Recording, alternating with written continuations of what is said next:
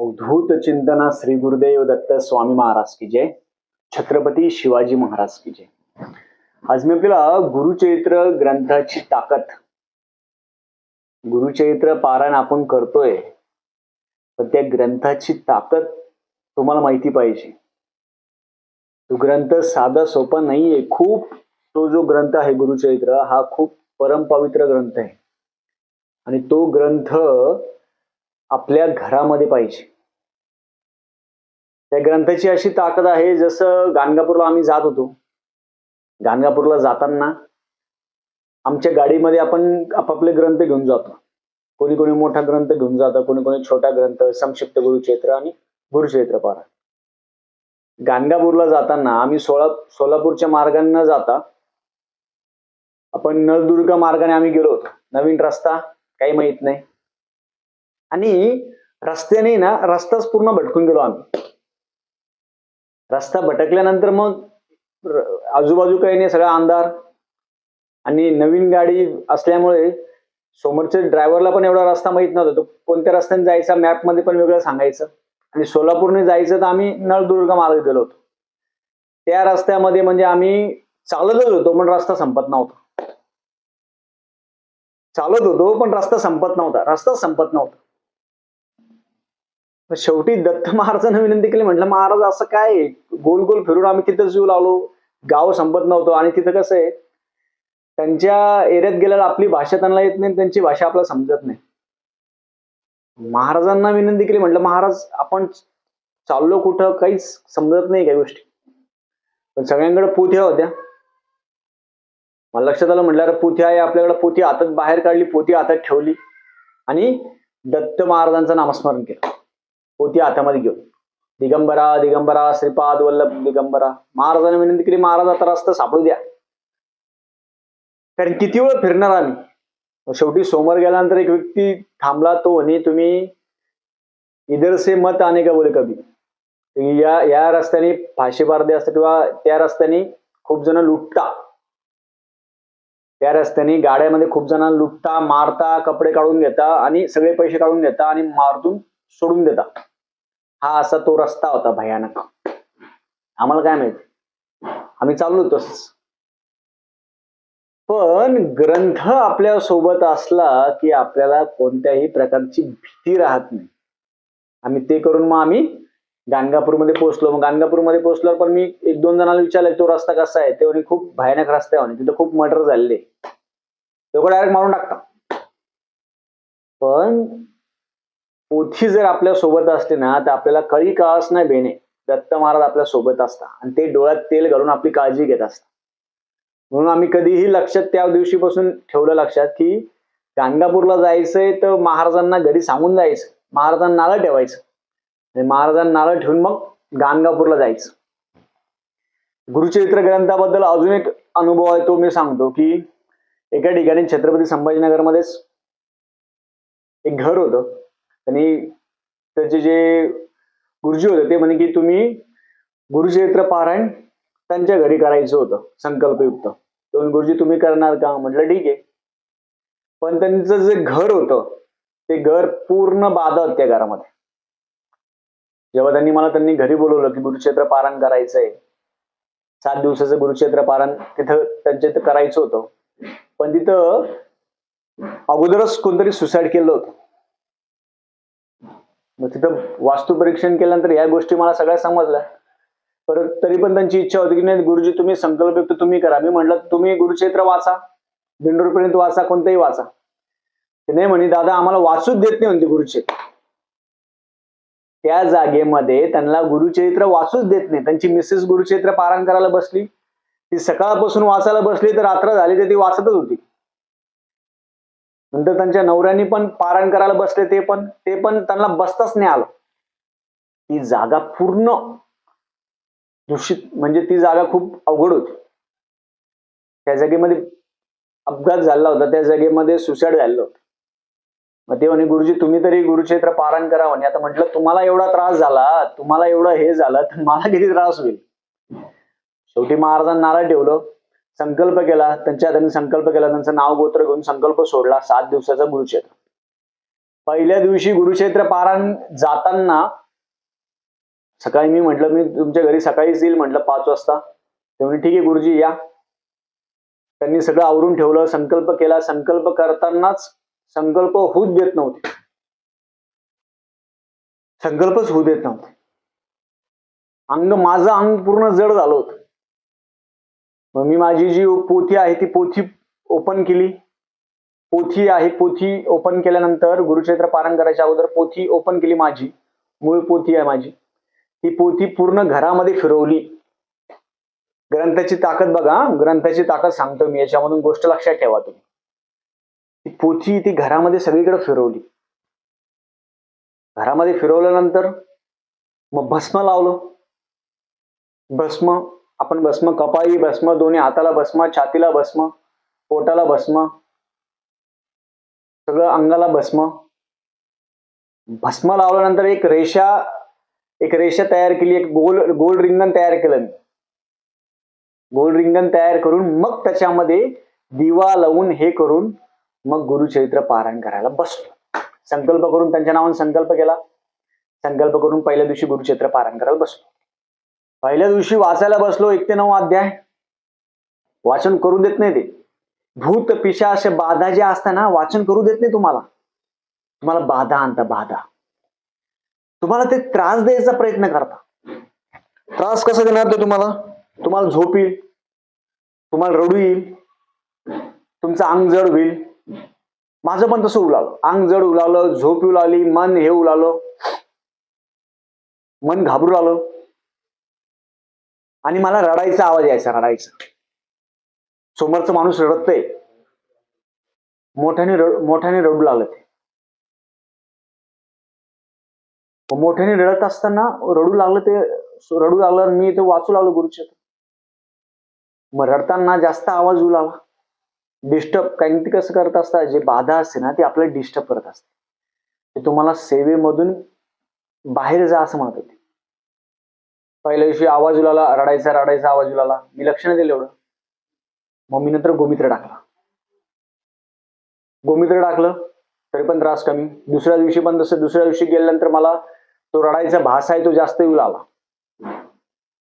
रडायचा भास जास्त येऊ लागला. तिसऱ्या दिवशी पारायण करायला गेल्यानंतर ती माझी वाचच फुटत नव्हती. मन स्थिर बसू देत नव्हतं. ते त्रास द्यायचं. ते माझी चिडचिड व्हायची जास्त. मला त्रास व्हायचा. मग गोमित्र सगळीकडे टाकलं परत. आणि याला पर्याय एकच, गोमित्राशिवाय पर्याय नाही. त्यांनी साधं गोमित्र आणलं. म्हटलं ते नाही बघ, मला गाईचं जे गोमित्र आहे ते ओरिजिनल गोमित्र द्या. ते आणलं, ते टाकलं. पारायण वाचायला सुरुवात केली. 3रा दिवस 4था दिवस त्रास देत होतं. 5व्या दिवशी जे काही बाधा होती ती प्रत्यक्ष समोर येऊन बसली. ते डायरेक्ट असं बोलला की तुमचं पारायण आहे ते पूर्ण होऊ देणार नाही आणि तुम्हाला सोबत घेऊन जाईल, असं ते स्पष्ट बोललं. ते बोलल्यावर कोणी घाबरणार, मी पण घाबरलो. तरी पण संरक्षण माझ्या सोबत असतं. संरक्षण सोबत असल्यावर पण मन घाबरतं ना आपलं. असं मला दिसायचं कोणतरी आपल्या बाजूला बसलेलं आहे. जरा दात खात होते. दात खाणं, बघणं, हे करणं, त्रास देणं, वाचू देत नाही ते आपल्याला. मग ते केल्यानंतर मी 5व्या दिवशी 6व्या दिवशी पण मी त्यांना 6व्या दिवशी म्हणत की तुमचं ते उद्या पण ते पूर्ण होऊ देणार नाही. आणि गुरुचरित्र पारायण जर इथं पूर्ण झालं की मला इथून निघावं लागेल, मला दत्त महाराज मुक्ती देणार नाही असं तो ती म्हणू लागला. दत्त महाराज मुक्ती देणार नाही. 6व्या दिवस झाला. 6व्या दिवशी म्हणे मी या घरातील सगळ्यांना मी घेऊन जाणार आहे. 6व्या दिवशी तो डायरेक्ट म्हणे की मी या घरातील सगळ्याला घेऊन जाणार आहे. पारायण आपलं झालं 6व्या दिवशी. 7व्या दिवशी पारायण झालं, समाप्तीची वेळ आली. तो व्यक्ती ढसा रडू लागला. जी बाधा आहे ती. त्यांना म्हटलं काय कशामुळे झालं. तर मग नंतर बाकीचे जे नवीन ज्यांचं घर होतं ते म्हणले दादा आम्हाला पण माहित नाही, हे नवीन आम्ही घर घेतलं आणि हे घर कोणाचं आम्हाला माहित नाही. मग नंतर पूर्ण माहिती काढल्यानंतर कळलं की तिथं कोणतरी सुसाईड केलं होतं.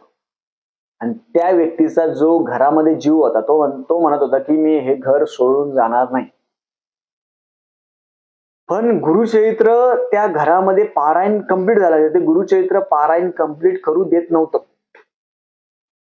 त्या दिवशी 7वा दिवस होता, तो गुरुचरित्र पारायण कंप्लीट झालं. तो जी बाधा होती ती बाधा म्हणे की मी गुरुचरित्र पारायण कंप्लीट करू देणार नाही, कारण की इथलं कोणाला तरी मी घेऊन जाईल. पण आपला विश्वास ना तो दत्त महाराजांवर ठेवायचा. दत्त महाराजांवर गाणगापूरमध्ये बघतो आपण बाधा, ही अशी बाहेरची बाधा, हे असतं, खरं असतं. मी रिंगण करून बसायचो, त्याच्यामुळे ते माझ्या आतमध्ये पर्यंत येत नव्हतं. रिंगण करून नाही बसलो तर ती बाधा तुम्हाला गुरुचरित्र वाचूच देत नाही. काही काहींची मान जड होती, काही काहींचे हात जड होता, काही काहींची वाचा जड होती, काही काहींची बुद्धी जड होती, काही काहीला वाचा फुटत नाही. ही बाधा खूप अवघड आहे. भस्म लावल्याशिवाय गुरुचरित्र वाचायचं नाही, भस्म अंगावर गोमित्र घेतल्याशिवाय गुरुचरित्र वाचायचं नाही.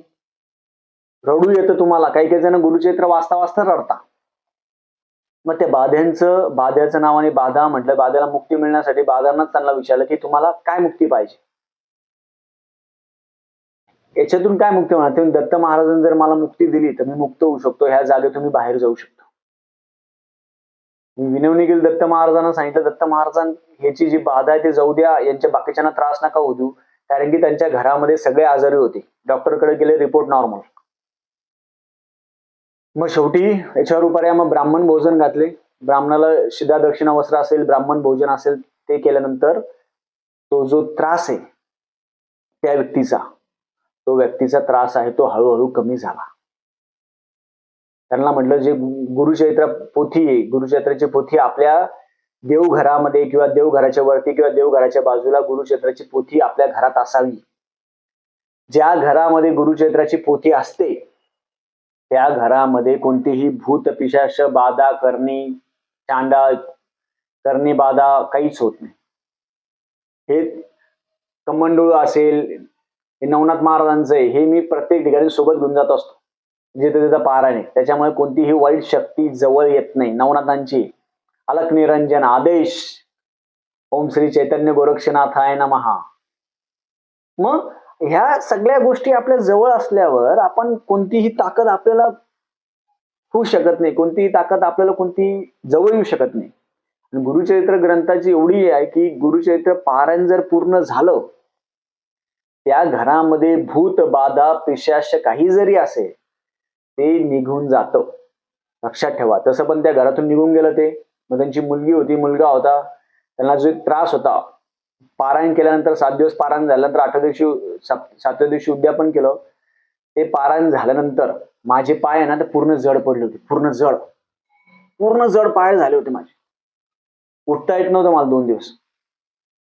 मग नंतर गोमित्र घेतलं, गाणगापूरला जाऊन आलो, मग ती सेवा केली. तर गाणगापूरला गेल्यानंतर तिथे एक सद्गृहस्थ होते, त्यांनी मला सांगितलं की तुम्ही जिथं पारायण केलं ती जागा अतिदूषित होती, बाधा जास्त होती त्या जागेमध्ये.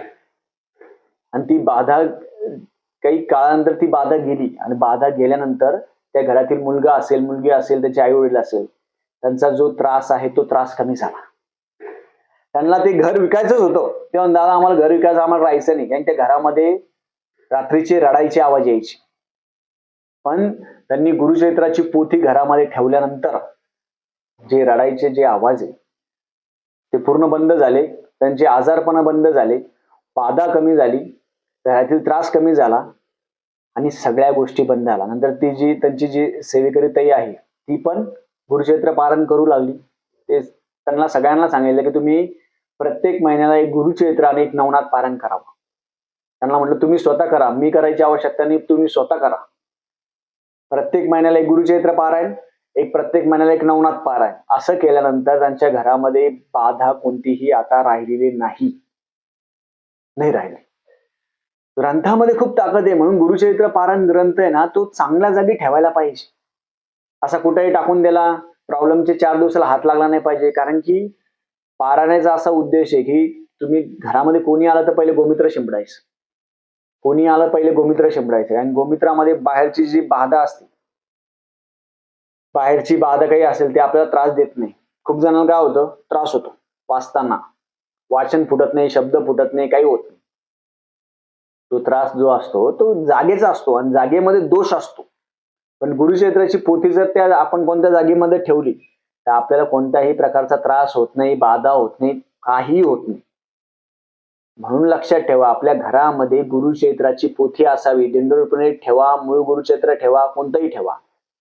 पोथीचं पूजन करायला पाहिजे, चांगल्या ठिकाणी गुरुचरित्राची पोथी ठेवायची, पोथीचं एक दर्शन घ्यायला पाहिजे आणि रोज गुरुचरित्राचा जो शेवटचा अवतरणिका आहे, शेवटची अवतरणिका आहे, ती अवतरणिका रोज वाचायला पाहिजे. एवढ्या पद्धतीने आपण जर केलं तर आपण ते गुरुचरित्राबद्दल तिचे ग्रंथाची ताकद खूप आहे. ग्रंथामध्येच एवढी ताकद आहे. आपल्या डोक्यावर ग्रंथ घेऊन आपण घरामध्ये जर फिरलो तर आपल्याला कसल्याही प्रकारचा त्रास होत नाही. असा अनुभव माझा होता. माझ्यासोबत जो अनुभव झाला, काही प्रत्यक्ष दत्त महाराज पाठीशी असता.